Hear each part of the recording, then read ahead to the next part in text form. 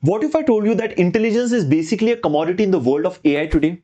Any skill advantage that you have is temporary. The only real edge left is how fast you can learn and how quickly you can stay ahead. The truth, 99% of the people fail at learning not because they are not smart enough, but because they are using their brain completely wrong. And once you understand how your brain actually works, you can build a system that can make you learn faster than almost everyone around you. I'm going to show you exactly that today. No fluffy hacks, just the real neuroscience of learning and 3C protocol. Compress, compile, and consolidate that the top performer uses to break out of the ordinary. But first, you need to understand why most of us get it wrong. See, your brain weighs only just over 1 kg, yet it burns up to 20% of your total body energy. The hungriest part, your frontal cortex. That's the CEO of your brain. Every new idea that you try to cram in spikes the demand for glucose and oxygen. It's metabolically expensive. Think of it like a tiny cognitive ball. 99% of the learner try to jam it with the entire jar of theory into that ball. How much do you think will retain? Exactly a ball. The rest spills out. That's why cramming has a nearly 100% failure rate. And here's something that most of the people miss. Your brain is literally built for serial processing, one thing at a time. AI can run millions of processes in parallel. We can't. So give your brain a break. Now, the next big thing that you need to know is this: your brain is lying to you. When learning feels hard or friction filled, most of us assume that we are failing. But neuroscience calls this as generation effect. The harder that you work to generate the answers yourself, the deeper it gets wired into your brain. A Carnegie Mellon study on the adaptive learning systems showed exactly this. The material got progressively harder based on each student's performances. The students hated it, but they ended up learning twice as much as they could have done in a standard course. The friction isn't failure, it's fuel. Yet 99% of us uses AI as a crutch instead of a coach.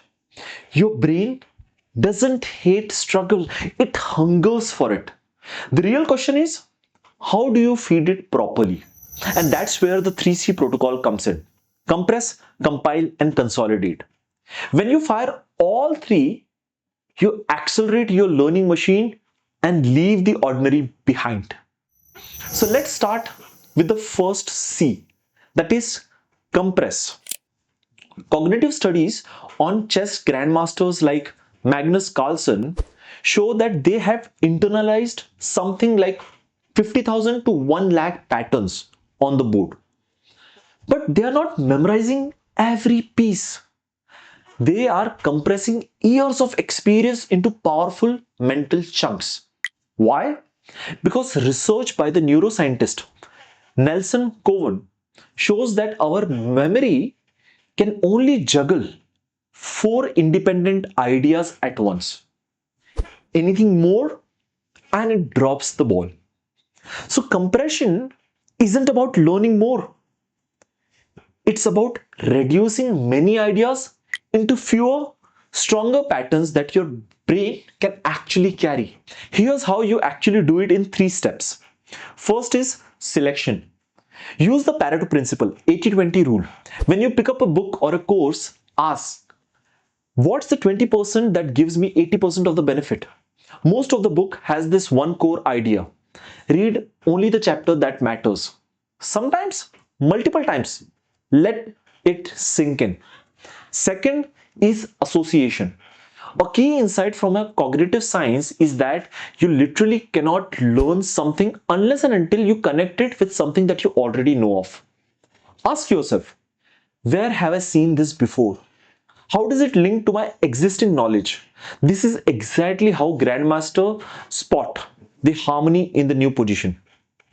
Third is chunking. Turn those connected ideas into simple models like a drawing, uh, maybe a sentence summary, a metaphor, or even a mental song. The top 1% compress before they consume. The rest gets it overloaded. Once you have compressed the map, it's time for the second C, compile. Memory alone is not mastery. There was a real life savant named Kim Peek, the inspiration for the movie Rain Man, who could recall every word from over 12,000 book and the events to the exact date. But his brain unusual wiring also made it everyday life incredibly difficult.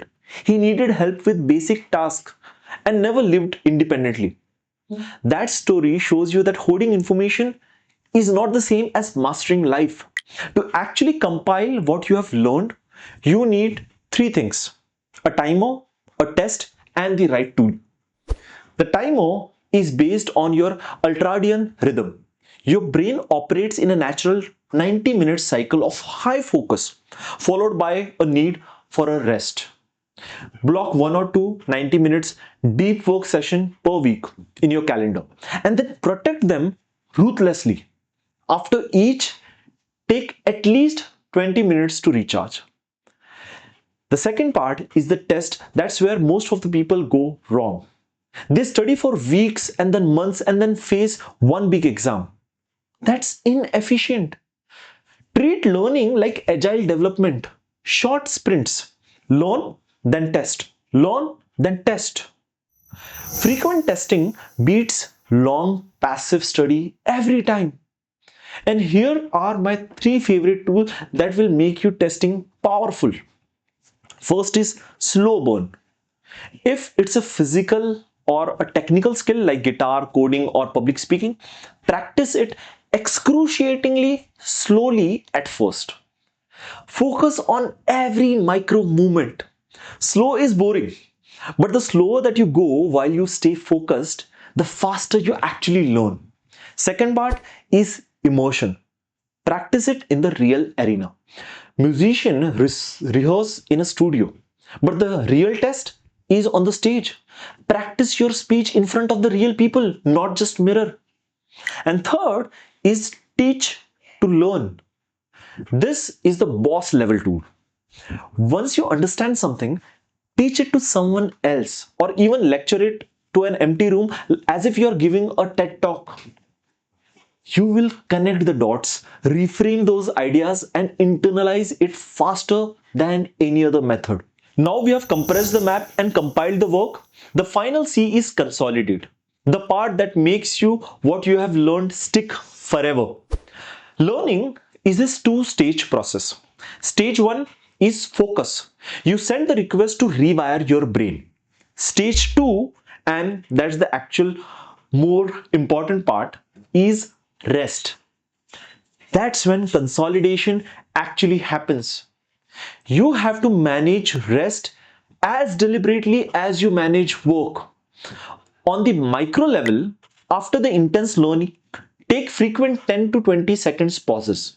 Research shows that your brain replays the exact information that you have learned at 10 to 20 times the normal speed during those short breaks, literally giving you free repetitions. On the macro level, honor the ultradian cycle again. 90 minutes of the work, then 20 minutes of the rest. CEO of Google, Mr. Sundar Pichai, use NSDR, non-sleep deep rest, also known as the yoga nidra. During that window, you just lie down or sit, close your eyes, and do nothing for 15 to 20 minutes. It's like hitting the reset button on your nervous system. And the biggest lever of all is a good night's sleep. During the deep sleep, your brain replays everything that you have learned that day, often in reverse, to solidify it long term. So here's what I want you to remember as you go forward. First, stop racing other people. There will always be someone who learns faster than you and someone faster than them. The only competition that matters to you is you versus you, that is yesterday. Second, get out of your head. You can't be the performer and the critics at the same time. When you're learning, just perform. Save the judgment for later. Third is give yourself time. Learning has its own rhythm, like an ocean. Honor the cycle. With enough time and the right systems, there is literally nothing that you can't learn and nothing that you can't become. If you found this valuable, hit that subscribe button and let me know in the comments which of the 3 C's are you going to start with. I promise you, I read every single comment. Thank you, and I'll see you in the next one.